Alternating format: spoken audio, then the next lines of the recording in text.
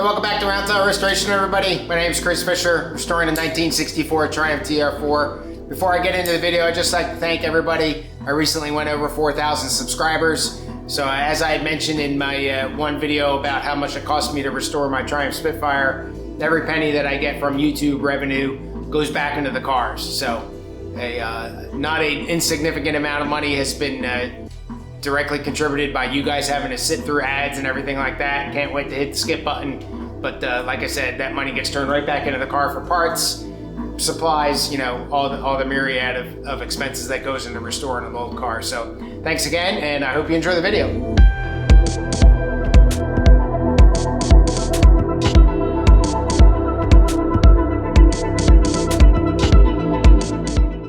I think it's time to, you know, just kind of bite the bullet here and go ahead. So I've got the patch piece that pretty much fit up. I got those holes spaced properly based off the hook that goes in there. I got this backing plate in there as good as I can, or at least really, really close. Might be off 1/16 of an inch or so, but I don't think it's off in a way that's going to throw this adjustment off too much. And again, I'm just lining up the holes that I did. So I've got a big heavy black mark. You can see there, I essentially just set this up here and traced around it. This metal's all wonky and beat up and everything like that. It's pretty flat on the door side. So I'm gonna go ahead, pull the plate out, go ahead, cut this hole out of here, try to flatten this metal up, clean it up a little bit. It's got that dent there, right? This has obviously been beat up a little bit. Try to flatten this and make it pretty. And then go ahead, tack this in, put that plate back in, and go ahead and put the little thing in, at least with one screw, and just kind of test fit the door. I may be overthinking this and being a little extra careful here, but I really want this door to line up. Obviously, there's no adjustment here like I had showed you in the last video on the B-post, so I consider this a one-shot deal here. So get the Dremel out, go ahead and cut that out, take my time with it, and then continue on down the path.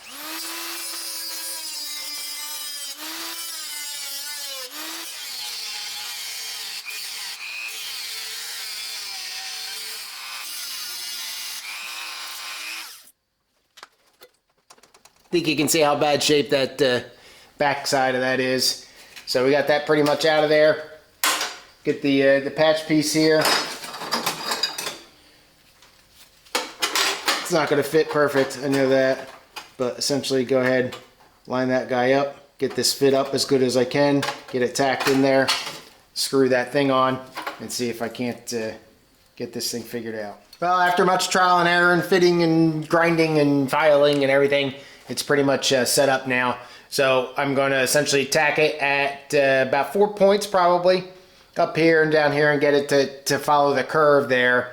And then I'll go ahead and put the little latch thing in, bolt the door up, and make sure that it fits. A little bit of work here because all the hinges are off and all that kind of stuff. I'll get to test my fitment holes, I guess, on the hinges that I drilled. But we'll go ahead down this path. Again, real quick tacks, get the door on.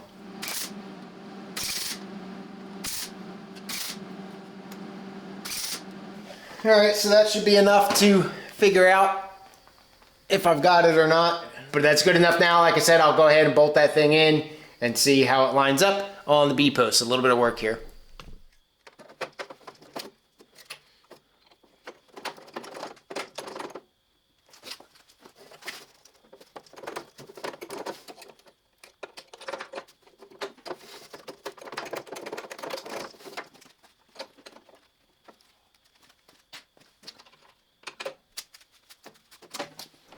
Got that internal piece lining up pretty well.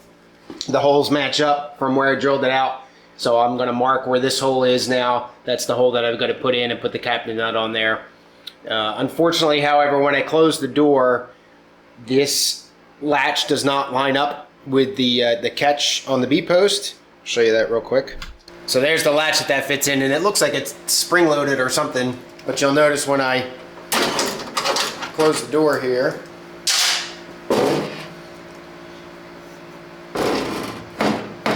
can't really see it all that well, but it's to the forward, you know, good 5 or 6 millimeters. So that's not cool. I don't know what's going on there. I got the door lined up and marked. Now I got the hinges loose, but everything's lined up and marked. I don't know where I lost that, but I'm not going to worry about it. So I'm going to go ahead, and get this hole drilled and marked and all that kind of stuff, get that captive nut welded on that piece. Then that piece has got to come out and get ready for paint. So I'm not ready to weld that in yet, but I'm getting there. Got the door back off, got everything taken apart from the inside.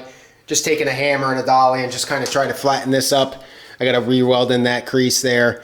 What I'm going to try to do now is, there's a ding right here. You can kind of see, I think, that little bit of paint, but it's a pretty good hit and it's right on a crease. So I'm going to use my spot welder and my pull slide hammer and see if I can't pull that out. I'm not sure that I'm going to be able to do it, but I might as well play with it a little bit now since it's easily accessible and all the paint's off and all that kind of stuff. So just play around, see if I can get it. I won't spend too much time on it, and then move on to drilling the hole into the plate and getting this captive nut welded on and all that good stuff.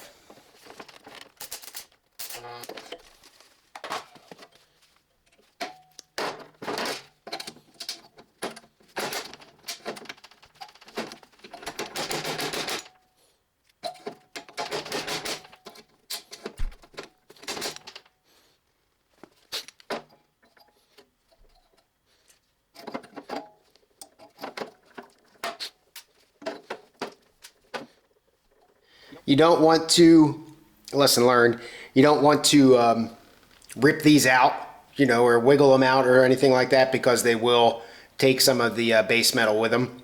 So you're better off, instead of doing that, just grinding them down, either with the cutting wheel like I've been doing lately, or with the flap disc, whatever's work. It's starting to come out pretty good over here. Still got a pretty good ding in here, but that's where a lot of it's focused. So I'm going to try to put another pin right in between these two here, if I can get it to fit, and then keep working it. So a little bit of work here off camera. I got that dent pretty much out down here, but there's still a good amount of work to get that guy out. A couple more pins there.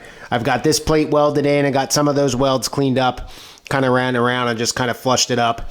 I also noticed when I was hammering around to flatten this stuff up that this whole skin would twist in and twist out, and it essentially wasn't underneath the door catch here. Now it doesn't really catch at all, but all I did was make a little screwdriver and pry that up. Just kind of bent over the blade of a screwdriver here and run around, pried it up, smacked that in, and then hammered it back down. Show you a different angle here. You can see that it's not really captured all that well, but it is captured now right in here where it wasn't before. So that's a little bit better. Got the bracket here, and you can see that little black mark. I'm going to go ahead and put the captive nut in now. One of my viewers, Robin, said what he does is he takes the nuts from old pieces and everything like that and reuses those. So I got a nut here that I'm going to try that with. You can kind of see it's got that little lip on it, and essentially what I'll end up doing is drilling a larger hole than I otherwise would normally, and go ahead and drill that hole in there, and then hopefully that little collar there will fit up in that hole. It's I cleaned it up a little bit, might have to clean it up a little bit more, and that'll give me the ability to weld it maybe a little bit better. I don't know, we'll try it out, use something original. I don't have to worry about the galvanizing on it either. So we're going to go ahead and drill the hole, go ahead and try to get this captive nut on.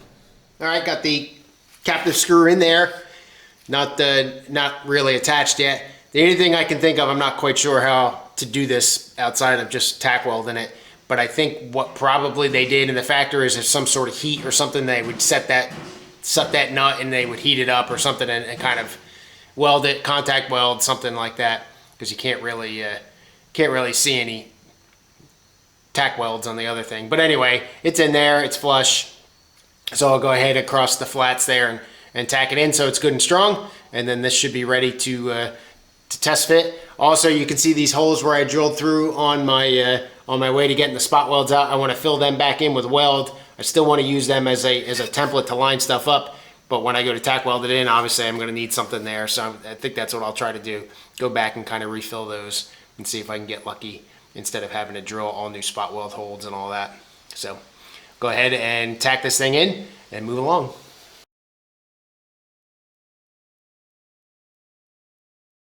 Got this piece in there and lined up. Got the two screws in. You can see where I've got the holes from the spot welds pretty well lined up. Across the top here, it's not as good, but it's still pretty close. Still got that big gash there that I'll weld up as I weld it in.